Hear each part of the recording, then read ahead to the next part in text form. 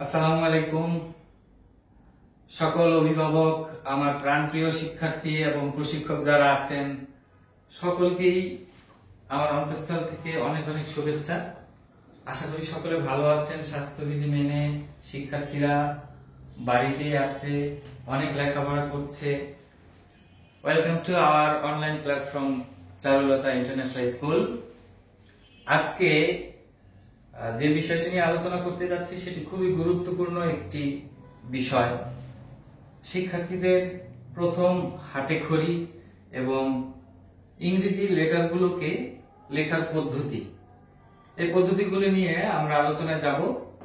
আমরা জানি আমাদের শিক্ষার্থীরা ইংরেজি লেটারগুলো অনেক সুন্দর করে লিখতে পারে, তারপরও সিলেবাসে অন্তর্ভুক্ত এই বিষয়গুলো আরেকটু সহজভাবে কিভাবে শিক্ষার্থীদের বোঝানো যায় সে সম্পর্কে আজকে আলোচনায় যাব।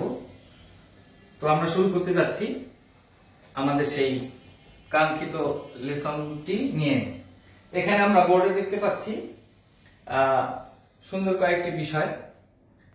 এখানে একটি জিরাফ আছে, জিরাফের সাথে একটা গাছ আছে, গাছে অনেকগুলো লেটার আছে। একটি মাংকি আছে, বানর ঝুলে আছে গাছে, আর একটি টর্টয়েজ আছে, একটি কচ্ছপ। আমরা জানি জিরাফের গলা খুব উঁচু হয়, আর বানর ঝুলে থাকে, আর কচ্ছপ একদিকে সোজা হেঁটে যায়। তো এগুলো দেওয়ার কিছু কাহিনী আছে, কারণ আছে, সেগুলো এই যে বোর্ডে আমরা লিখেছি। কিছু giraffe letter, monkey letter, টর্টয়েজ letter. আজকে আমরা লেটার রাইটিং এ এ থেকে জেড, ক্যাপিটাল এবং স্মল দুটোই দেখাচ্ছি একসাথে। তো জিরাফ লেটার কেন? আমরা শিশুদেরকে যখন বোঝাবো যে ক্যাপিটাল লেটার গুলো লেখার সময় কিছু লেটার আছে সোজা দাগ দিয়ে লেখা যায়, যেমন এ, এফ, ই এগুলো লেখা যায়। আবার কিছু লেটার আছে যেগুলো স্মল লেটারের মধ্যে, সেগুলো কিন্তু আমাদের ইংরেজি খাতায় তিনটা দাগই ব্যবহার করা হয়। ক্যাপিটাল লেটারে কিন্তু শুধু ইংরেজি খাতায় এই দুইটি লাইন আমরা ব্যবহার করি, এই তৃতীয় লাইনটি বা তৃতীয় ঘরটি ব্যবহার হয় না ক্যাপিটাল লেটারে। কিন্তু স্মল লেটারে এই ঘর, এই ঘর, এই ঘর, তিনটা ঘরই ব্যবহার হয়। সেজন্য এই তিনটা ঘরের আমরা নাম দিয়েছি। প্রথম ঘরটা, একটি ঘরের নাম দিয়েছি আমরা জিরাফ লেটার, যে লেটারগুলো মাথা উঁচুতে থাকে, যেমন এইচ, এইচ, ডি, এরকম কিছু লেটার আছে যেগুলো উপরের দিকে মাথা থাকে।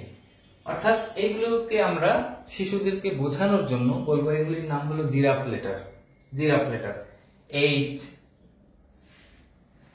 ডি, বি, এফ, টি, এরকম কিছু লেটার আছে যেগুলো জিরাফ লেটার, মাথা উঁচুতে থাকে। আর মাংকি লেটার যেগুলো ঝুলে থাকে, যেমন ওয়াই, স্মল লেটারের জি, কিউ, এরকম কিছু লেটার আছে যেগুলো নিচের দিকে ঝুলে থাকে। আমরা শিশুদেরকে একটু আনন্দ দিয়ে বোঝানোর জন্যই কিন্তু এটা বলা, যেগুলির নাম মাংকি লেটার। আর টর্টয়েজ লেটার মানে কচ্ছপ একদিকে যায়, অর্থাৎ মাঝের ঘরে যায়, মাঝখানের ঘরে। যেমন আছে এই, ও, এন, এম, এরকম অনেকগুলো লেটার আছে। এন, আর, ও, এম, ই, সি, এই লেটারগুলো সবসময় এই মাঝখানের ঘরটি মেনটেন করে।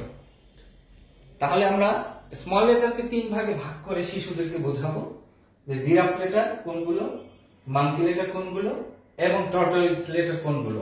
তাহলে ওরা লাইন বিচ্যুত হবে না, অর্থাৎ লাইনগুলো সঠিকভাবে মেনটেন করতে পারবে।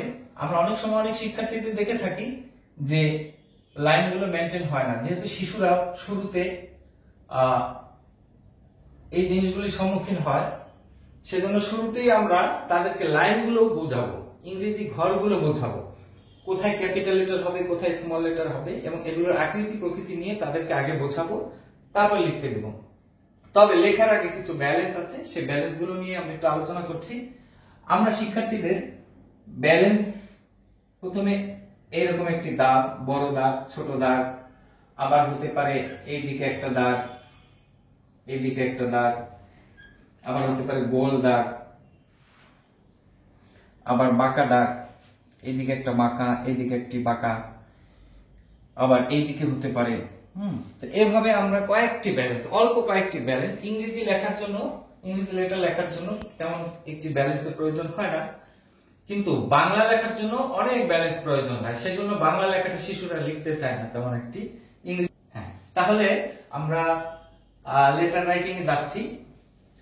আমরা লেটার রাইটিং এ যাচ্ছি। প্রথমে আমি কয়েকটি ব্যালেন্স দেখিয়েছিলাম, এই যে ব্যালেন্স, সেই ব্যালেন্স গুলো দিয়ে আমরা শুরু করি। ক্যাপিটাল এবং স্মল একসাথে আমরা দেখাবো। আমি যদি এই ব্যালেন্সটি দেই, তাহলে কিন্তু দেখা যাচ্ছে যে এই মাথায় একটু গোল দিলে কিন্তু আমরা সি পেয়ে যাচ্ছি, স্মল লেটারের সি। আবার যদি এটিকে আমরা বড় করে দেই, তাহলে কিন্তু আমরা ক্যাপিটাল লেটার সি পেয়ে যাচ্ছি। আবার এটিকে যদি এভাবে ঘুরিয়ে সোজা দাগ দিই, তাহলে আমরা স্মল লেটারে এ পেয়ে যাচ্ছি। আবার এই ব্যালেন্সটিকে যদি সোজা দাগটি উপর থেকে দেই, তাহলে ডি পেয়ে যাচ্ছি। এই ব্যালেন্সটিকে যদি আমি সোজা নিচের দিকে দাগ দেই, তাহলে স্মল লেটারে কিউ পেয়ে যাচ্ছি। এই ব্যালেন্সটিকে যদি আমরা নিচে সোজা এরকম একটু ঘুরিয়ে দেই, তাহলে স্মল লেটারের জি পেয়ে যাচ্ছি। আবার আমি যদি এই ব্যালেন্সটিকে উল্টা করে লিখি, তাহলে কি দেখতে পাচ্ছি যে দাগ দিলাম সোজা, এদিকে যদি দেই ব্যালেন্সটি, তাহলে বি পেয়ে যাচ্ছে স্মল লেটারের। এটিকে যদি নিচে দাগ দিই, তাহলে আমরা স্মল লেটারে পি পেয়ে যাচ্ছি। এটিকে যদি উপরে দাগ দিই, তাহলে স্মল লেটারের, ক্যাপিটাল লেটারের পি পেয়ে যাচ্ছি। এই পি থেকেই কিন্তু আমরা এখানে দাগ দিলে আর পেয়ে যাচ্ছি ক্যাপিটাল লেটারে। এটিকে যদি আমরা দুইবার ঘুরাই, তাহলে ক্যাপিটাল লেটারের বি পেয়ে যাচ্ছি। আর যদি একটু বড় করে আমরা দিই, তাহলে ক্যাপিটাল লেটারের ডি পেয়ে যাচ্ছি। তাহলে আমরা দেখতে পাচ্ছি যে এখানে যে দুটো ব্যালেন্স দিয়ে কতগুলো লেটার হয়ে যাচ্ছে। তারপরে আমরা দেখি যে এখানে যদি সি লিখি, সিটাকে যদি এখানে সোজা দাগ দিয়ে দিই, তাহলে একটি আমরা স্মল লেটারের ই পেয়ে যাচ্ছি। আর ক্যাপিটাল লেটারের সি যদি আমরা এরকম একটা সোজা দাগ দিই, তাহলে ক্যাপিটাল লেটারে আমরা জি পেয়ে যাচ্ছি। আমরা যাচ্ছি এবার অন্য ফন্টে। যেমন এই ব্যালেন্সটা যদি একটা ছোট ভি লেখা শেখাই আমরা, অর্থাৎ এদিকে একটা দাগ, এদিকে একটা দাগ, এই ভিটা যদি শিখাই, তাহলে ভি দিয়ে আমরা কি লিখতে পারছি, দুটো ভি কে যদি আমরা অ্যাডজাস্ট করে দিই, তাহলে ডাবল ইউ পাচ্ছি। আবার এটিকে যদি আমরা বড় করে লিখি, তাহলে ক্যাপিটাল লেটারে ডাবল ইউ পাচ্ছি।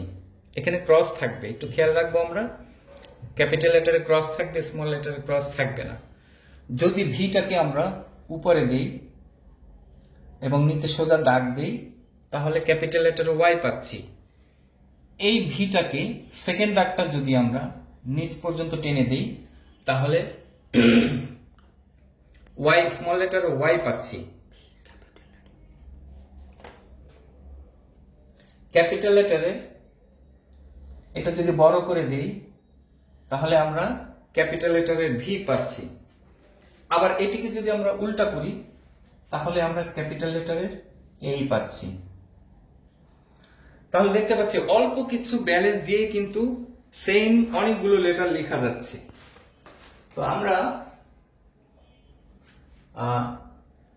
এরপরে যাচ্ছি আরো কিছু লেটার নিয়ে, এগুলো মুছে দিচ্ছি। এরপর আমরা যাচ্ছি আরো কিছু লেটারে, আমরা যেগুলো মিল রেখে লেটারগুলো লিখছি।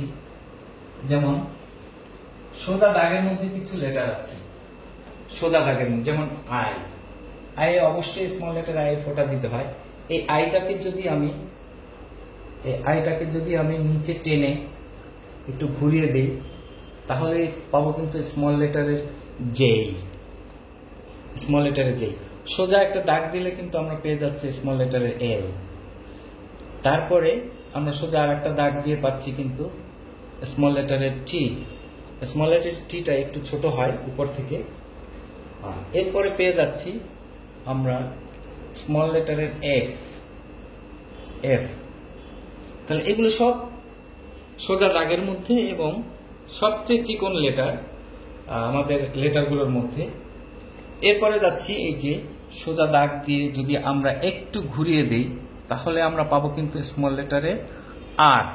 আর এটাকে যদি আমরা ঘুরিয়ে নিচ পর্যন্ত নিয়ে আসি তাহলে পাবো কিন্তু এন। আর এটাকে যদি আমরা দুইবার ঘুরাই তাহলে পাবো কিন্তু স্মল লেটারের এম। আর এটাকে যদি উপর থেকে টেনে এন এর মতো এভাবে ঘুরাই তাহলে পাবো কিন্তু স্মল লেটারের এইচ। আর এটাকে এন কে যদি উল্টো করে লিখি আমরা তাহলে পাবো কিন্তু স্মল লেটারের ইউ। তাহলে এখানে আমরা অনেকগুলো লেটার পেয়ে গেলাম একই ফরম্যাটে। শিশুদেরকে আমরা এলোমেলো ভাবে না লিখিয়ে আমরা যদি যেগুলো মিল আছে সেই মিল রেখে যদি লেটারগুলি লিখাই তাহলে ওরা আনন্দ পাবে এবং যত তারা লিখতে পারবে, তৈরি করতে পারবে, উদ্ভাবন করতে পারবে। শিশুরা কিন্তু উদ্ভাবন করতে পারলে খুশি হয় অনেক বেশি, কোনো কিছু তৈরি করতে পারলে নিজ থেকে অনেক খুশি হয়। এরপরে যাচ্ছি কিছু লেটার আছে যেগুলো দেখতে একই রকম, ঠিক একই রকম লেটার, সেগুলো লিখছি। যেমন খে আমরা এভাবে লিখি কিন্তু স্মল লেটারের খে কিন্তু এখান থেকে আসবে।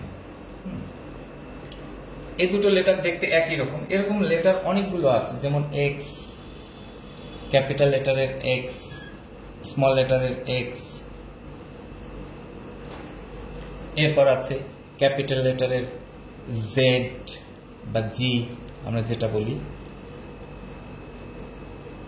জেড, যেটার মাঝখানে কোনো দাগ থাকবে না, ক্যাপিটাল লেটারের জেড, স্মল লেটারের জেড। তারপরে আমরা পাচ্ছি ক্যাপিটাল লেটারের ও,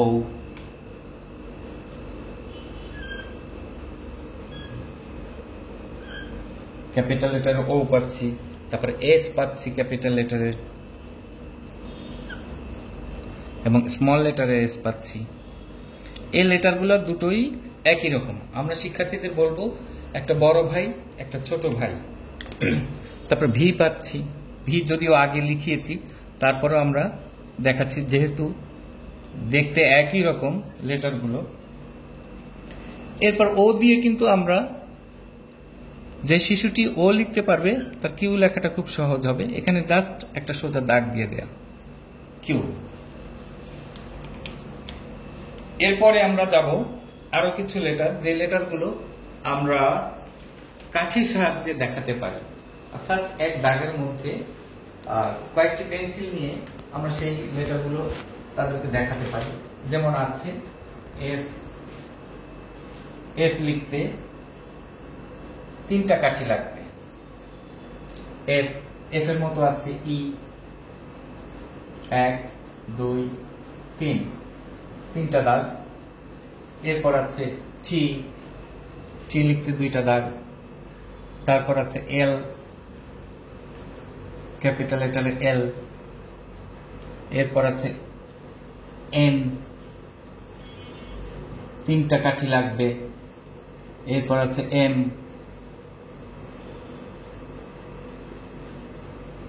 এইগুলি লিখতে আমাদের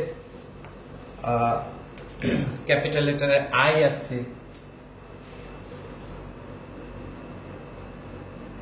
ক্যাপিটাল লেটারে আইতে অবশ্যই উপরে এবং নিচে 2টো দাগ দিতে হবে।